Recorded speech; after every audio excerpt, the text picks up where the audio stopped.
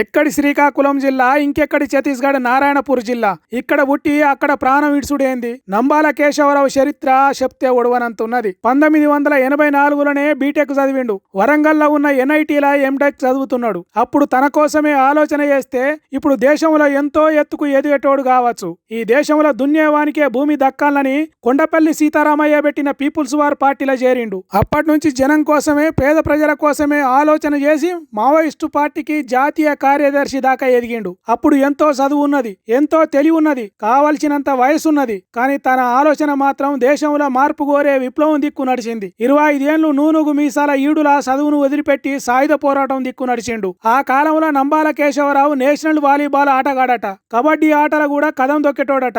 అంటే చూడుండ్రి నంబాల కేశవరావు ఎంత హుషారు ఉండేటోడో. హమాలీల కష్టం తెలుసుకునే తానికి తాను ఓ హమాలి అయ్యి బస్తాలు మోసిండట. తను పుట్టిన ఊరు శ్రీకాకుళం జిల్లా కోటబొమ్మాలి మండలం జగ్గయ్యపేట నుంచి చదువు కోసం వరంగల్ చేరుకున్న నంబాల ఆర్ఎస్యూలో చేరిండట.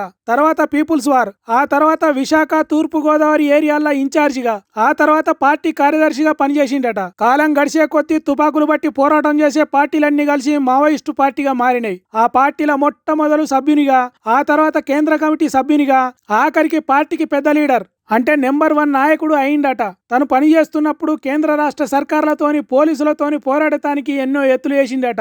మెరుపు దాడులు చేసుడు, శత్రువుల కళ్ళు గప్పి తప్పించుకునుడు, ఎవలు అనుకోని ఎత్తులు చేసుట్లా నంబాల కేశవరావు మునగాడట. మారు పేర్లతోని పోవాల్సిన కాడికి పొయ్యి వచ్చుడు, పోలీసుల చేతికి చిక్కినా వాళ్ళను మత్పరిచి మాయ చేసుడు, ఆదివాసుల గూడాలను హక్కున చేర్చుకునుడు, గెరిల్లా యుద్ధ ఎత్తుగడలు చేసుట్లా కేశవరావును మించినోళ్లే లేరట మావోయిస్టు పార్టీలా.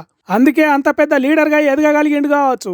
అయితే 2026 వరకు దేశంలో మావోయిస్టులు అనటోలనే లేకుండా చేస్తామని చెప్పిన సెంటర్ సర్కార్ ఆపరేషన్ కగర్ పేరుతోని ఎన్కౌంటర్లు చేస్తాంది. అట్లా ఛత్తీస్గఢ్ రాష్ట్రం నారాయణపూర్ జిల్లాలో జరిగిన ఎన్కౌంటర్ల నేల కొరిగిండు నంబాల కేశవరావు. ఇట్లా పార్టీ కేంద్ర కమిటీ కార్యదర్శి, పోలీసుల చేతుల జీవిడ్సుట్ల మొదటి లీడర్ చారు మజుందర్ అయితే రెండో లీడర్ నంబాల కేశవరావేనట. సరే, తుపాకులు పట్టుడు చట్ట ప్రకారం చెల్లది కావచ్చు, కానీ సెంటర్ సర్కార్ 2026 వరకు దేశంలో పేదరికం లేకుండా చేస్తదా? మావోయిస్టులు కోరుకున్నట్లు అందరికి సమాన హక్కులు, ఆస్తులు, అంతస్తులు దక్కేటట్టు చేస్తదా? ఇవేం చేయకుండా అమాయక గిరిజనులను, దేశ పౌరులైన మావోయిస్టులను చంపుడు ఎంతవరకు కరెక్ట్ అని అంటున్నారు కొంతమంది మానవ హక్కుల నాయకులు.